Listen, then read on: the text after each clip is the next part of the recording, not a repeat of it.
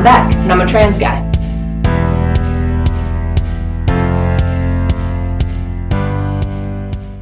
What is gender?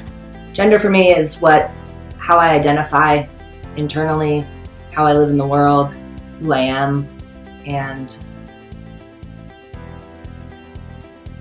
who people perceive me to be.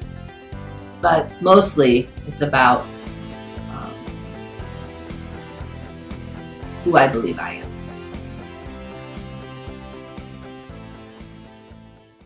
Growing up for me was not the easiest. I was 4 years old when I first knew that I was not a girl, and I went by the name Boy Roger for about 4 years, 3 or 4 years, and my family, they were fine with that. I think they thought it was a phase, but for me it wasn't. I would hang out with all of my male cousins. I wouldn't play with any girl toys. I would actually take Cabbage Patch dolls and rip the heads off of them. I don't know. I was really anti-girl. We'll just say that. And it was, I think, about when I was 12 years old, was the first time that my mom said I had to put on a shirt because I was growing breasts at that point. So it was a pretty depressing time for me.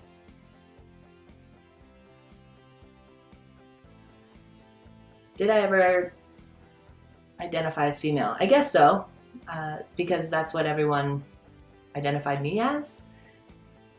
I feel like I didn't have any other language around it, so people told me I was female, and so I was like, yeah, I'm female, because of what my body looked like and what line I had to be in when I was little. You know, the girls lined up in one line, the boys lined up in the other. But I always wanted to line up with the boys. I only played with the boys. I never wanted to be around the girls, but I had to be. School made that happen. My teenage years were awkward, to say the least.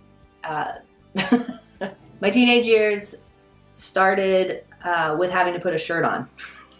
I wasn't allowed to go out of the house without a shirt, and for 12 years of my life, I did. I grew up in the middle of the desert, so I kind of had free reign, and when my mom told me that I had to put a shirt on and, you know, basically grow up and be a woman, and that was a really devastating time for me.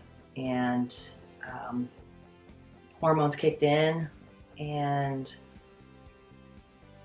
I think that's when my depression started, mainly. My depression's kind of funny because I would be really depressed, but outwardly I would be totally fine in the world. I was pretty, I would like to say somewhat popular. I was popular with my friends. I first started revealing my gender in a couple of different ways. I got sober at 27, and I reached out to a couple of friends who were trans because I realized that maybe I was trans, and maybe that's why I was using so much. And they totally wrote me back and told my story, and I basically said thank you and put it away, and wasn't ready to come out yet. So fast forward to when I was 32, and I am 38 now. I was 32 and I was finishing grad school, and everything was great, supposedly. I was 5 years sober, and I found myself on a bridge ready to throw myself off because I felt like I wasn't being honest with myself or anyone around me. So that was a really telling point for me. I decided to go to therapy and to finally start talking about this gender piece. The first person I told was actually my wife. I wasn't married at the time. We hadn't started dating yet. We started dating about 3 months later. And I said, I have something to maybe share with you if you want to keep dating. And she was like, yeah, duh. So she was the first person and to accept that. So we started kind of talking about it. I started talking to some closer friends about it, about identifying as gender nonconforming, trying to kind of step into it lightly. And I was getting a lot of really great feedback and acceptance. So I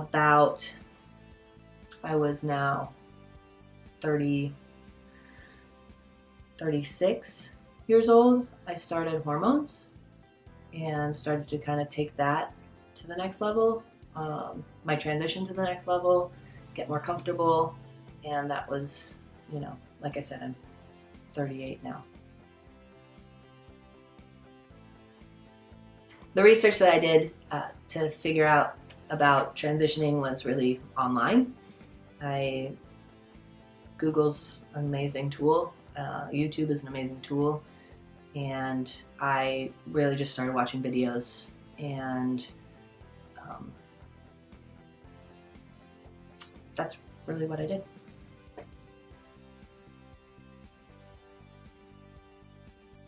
I am on testosterone. I decided to start testosterone because I wanted some physical changes.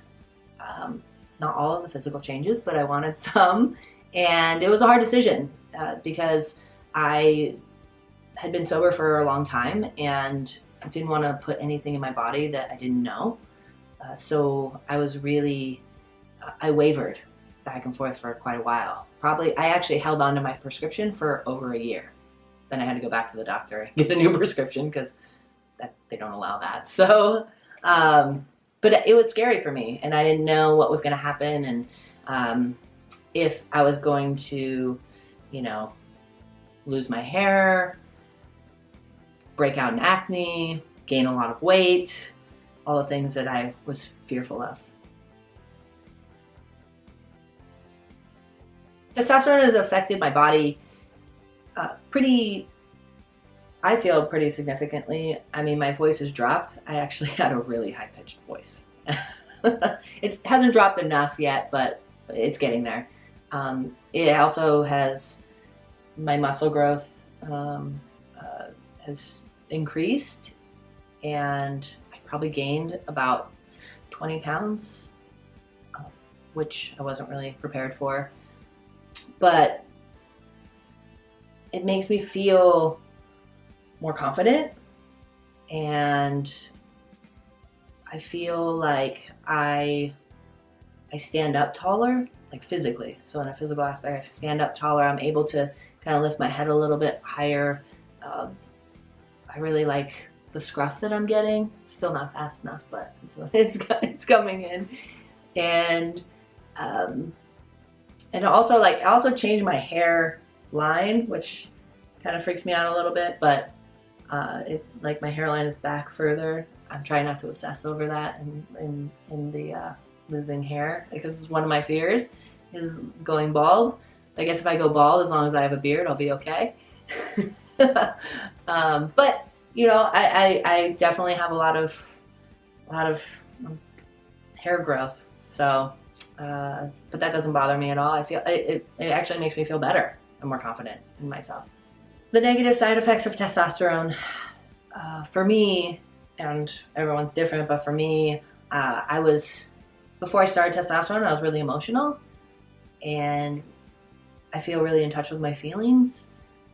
Testosterone for me has kind of blocked that, and instead of crying, I get a little more irritated and frustrated, and I'm a little short-wicked. to be honest. So that's been really hard. I rarely cry. I really have to like dig deep into like the depths of country music or something to cry. I can't. Like I have to like get some. Yeah, that's hard for me because sometimes I just want to cry, but I get angry instead. Not rageful at all. I started testosterone from a very low dose, and I'm not on the highest dose of testosterone. And I really, because I didn't know what was going to happen, I've just slowly increased, and I've made sure that I've gone to my doctor so I'm not like above, because taking too much testosterone actually turns into estrogen, and so that can really affect someone's moods and rages and stuff. Sex has changed for me pretty significantly. I would say that my sex drive is higher due to testosterone. But on another level, it's changed.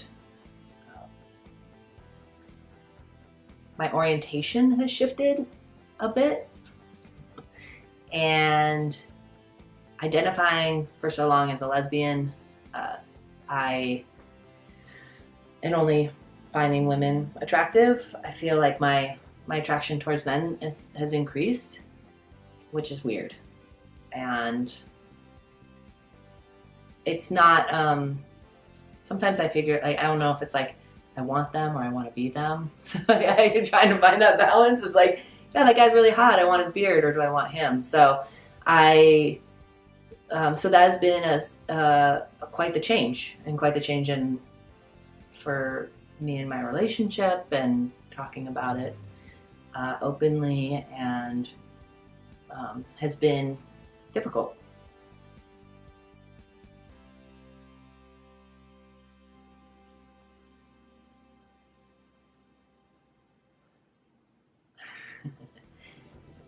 The experience that I've had transitioning during my marriage has been challenging and difficult.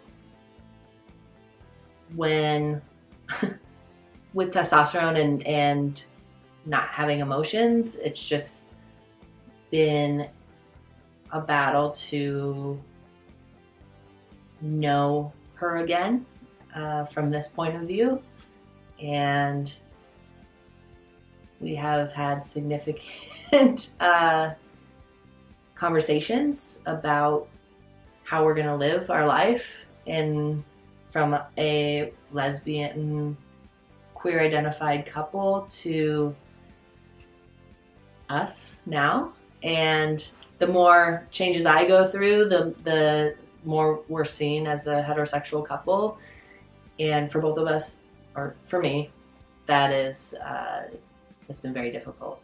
So, and also just talking about attraction and talking about learning each other's bodies again, and going through gender dysphoria that I have with my body, and trying to have intimacy in that way has been a challenge. I do not identify as heterosexual. I identify as queer. And I am starting to get seen as a heterosexual male, and that in and of itself has been probably the most significant challenge for me, being trans. Not something that I was actually prepared for. And I don't know if I like didn't hear that on the YouTube videos, or no one's talking about it, but if I, not that if I would have known that I wouldn't have transitioned, but it's certainly something that I think about on a regular daily basis. I am getting significant privileges, being seen as a white male, and getting into these conversations with like guys that I never thought I'd find myself in. Also, as a couple, just being seen as a heterosexual couple has been really difficult. A good example of this is when we were at a concert and there were lesbians in front of us and gay guys next to us, and my spouse made a joke, like a gay joke, talking about the lesbians or something, you know, trying to nudge and try to get a laugh from them. And they didn't laugh. And I turned to her and I was like, oh shit, I think they read us as heterosexual. So now we sound like bigots, really, is what's happening. And so, but that's a loss. And I was embarrassed, and she realized it all of a sudden too. And it was like, oh no, we're actually being seen as a straight couple. And to make a joke like that, a gay joke, when you're a lesbian is one thing, or queer is one thing, but when you're straight, you just don't make those jokes.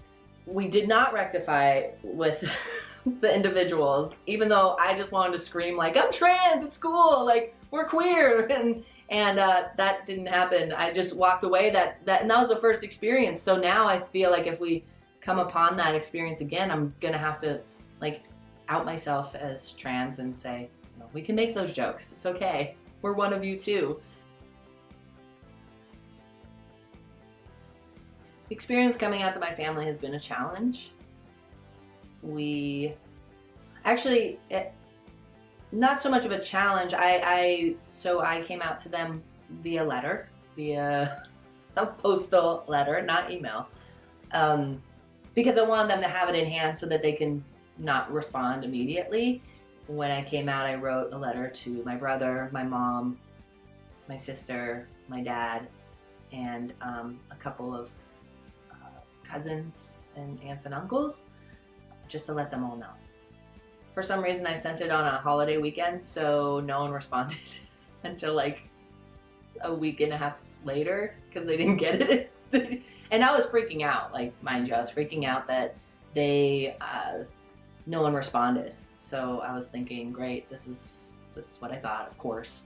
And I got my first response from a family member, and she just wanted to tell me that she loved me and that they had gotten the letter. And then came the influx of responses, and they were mostly really supportive, actually. I was really surprised growing up in a pretty religious household. One of my family members said, well, we thought you were trans because you wore a tuxedo at your wedding. So, that's how gender is seen. I mean, it's very innocent. It's very, this is how a man is. This is how a woman is. I feel like they may have taken it a little bit better than me coming out as gay. I went and visited them about 3 or 4 weeks later, and that was actually like one of the last times I cried, was sitting in front of them and talking to them about it. And the one thing that they said was, why didn't you come out sooner? And that was really, I think that was really difficult for me, because I don't think I could have come out sooner. I don't think I could have come out 5 years ago because of the visibility that trans people have nowadays than they did 5 years ago, 6 years ago, 10 years ago.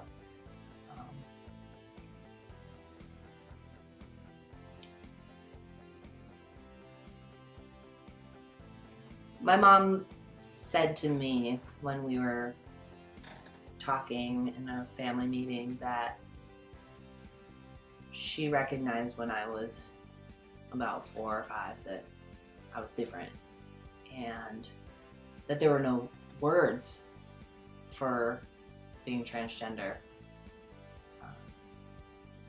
33 years ago. So she recognized that something was up, and that meant something to me. It really did. It really meant something. So I think that I misread them, and that's that's what I live with, I feel like I misread their reaction. Like, I assumed what their reaction was going to be, and I didn't give them the opportunity to accept, because I had already planned their rejection. Well, what really offends me are policies and laws against trans people. That offends me more than anything. If it's on a personal level, I feel like I can stand up for myself. So, but the overarching state of the country against trans people is really offensive for me.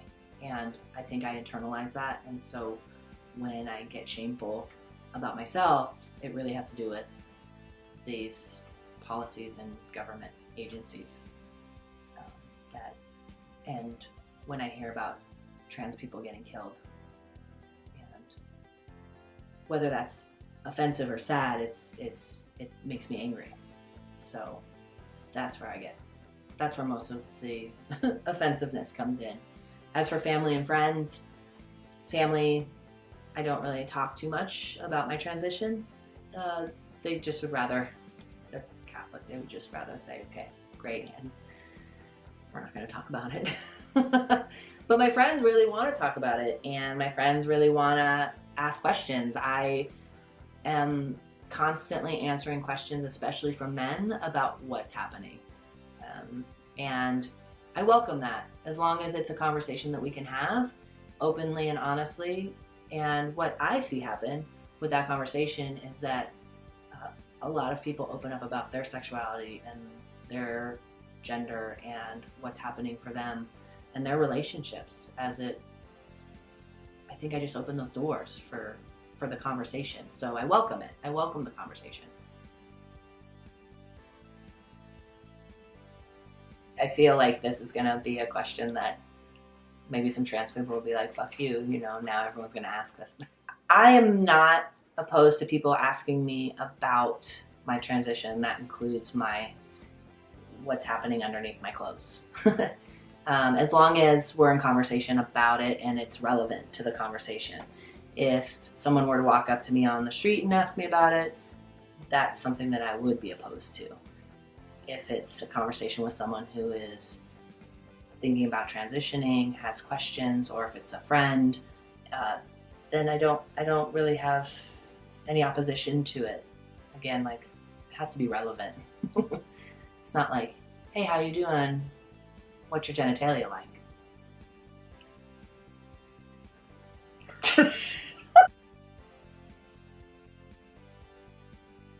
I am actually having surgery in about 3 months. I'm really super stoked about it because I have been wanting surgery since, I'm having top surgery, so I've wanted surgery since I got breasts. I wanted them off, get rid of them.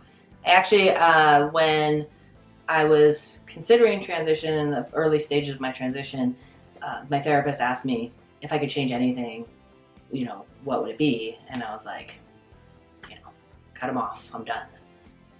Wearing a binder totally sucks. It's super hot, it's really constricting, and it's really hard to breathe.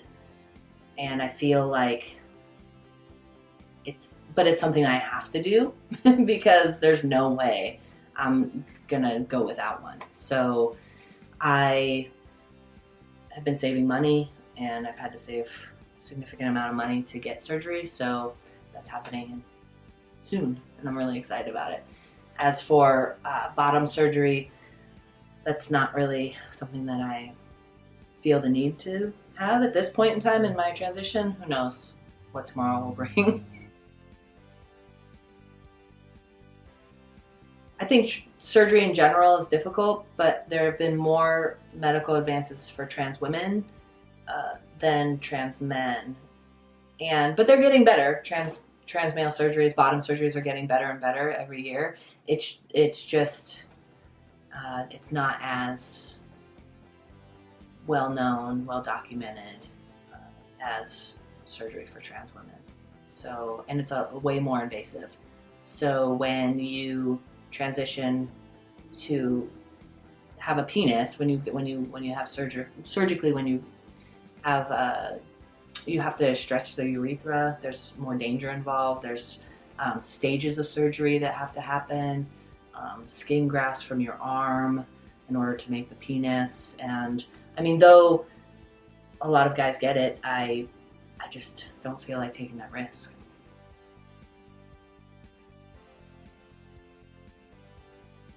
I don't feel obligated to be a voice of the trans community. I actually really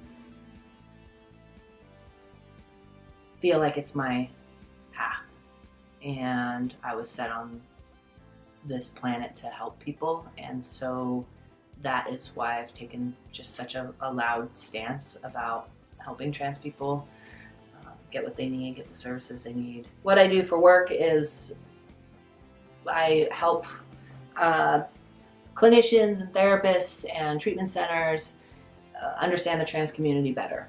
And by what I do is I either tell my story, I use statistics, I get up on stage, I do conferences, I do small groups, and I just help people to get to know and normalize, transness, and to help trans people get the services that they need, because a lot of trans people don't get services for addiction treatment, mental health treatment, because the doors are closed to them.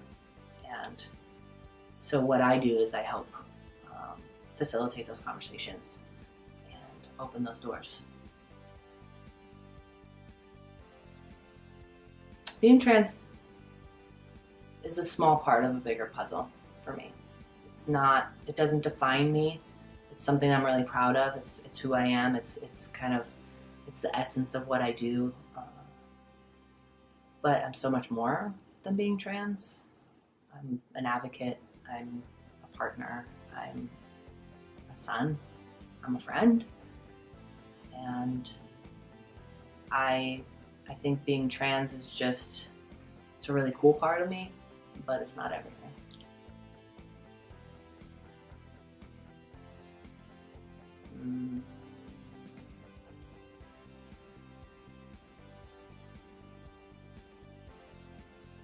I would say to Boy Roger that it's gonna be okay.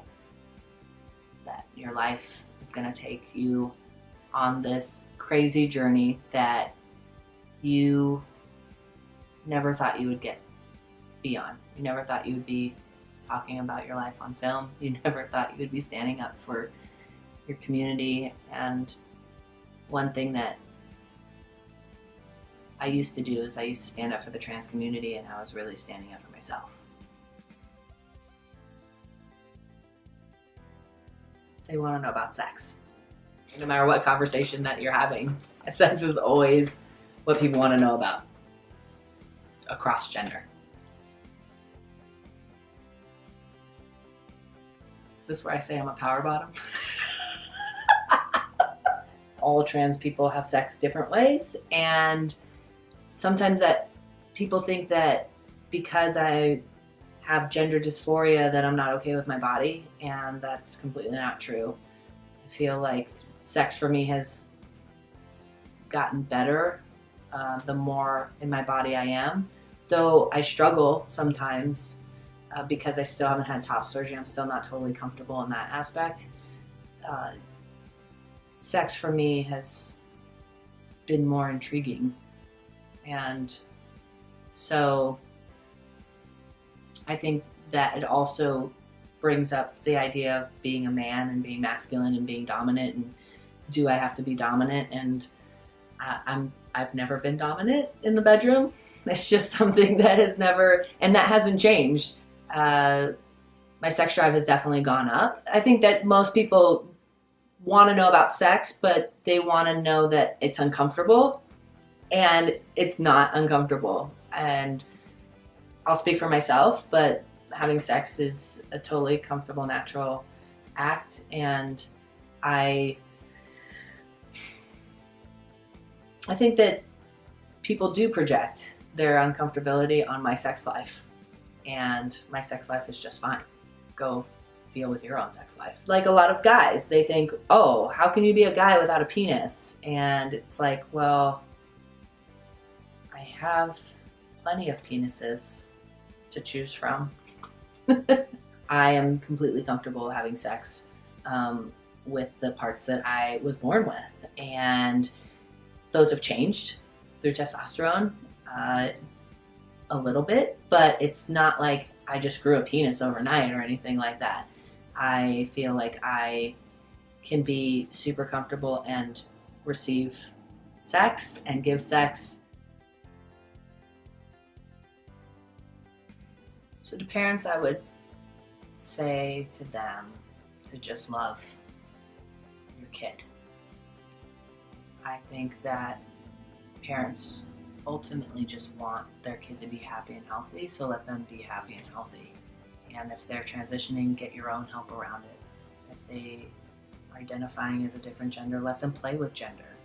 And because trauma starts really young, so allowing them to just be themselves is the best thing you can do as a parent. I would say it's never too late to transition.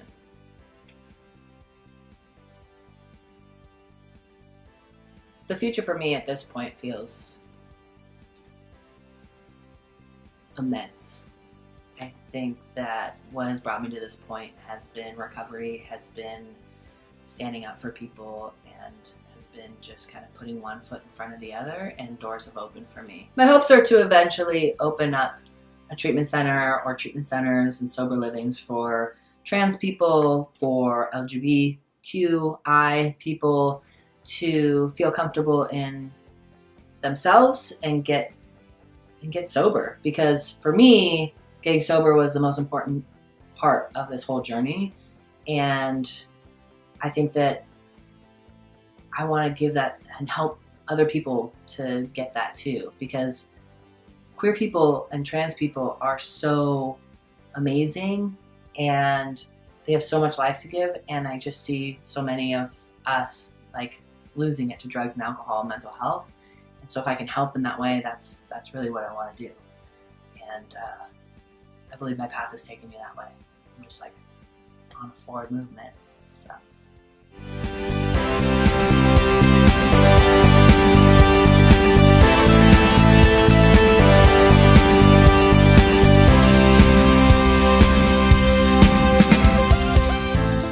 It's been really great to give Roy Roger a voice. And, you know, my life is better because of it.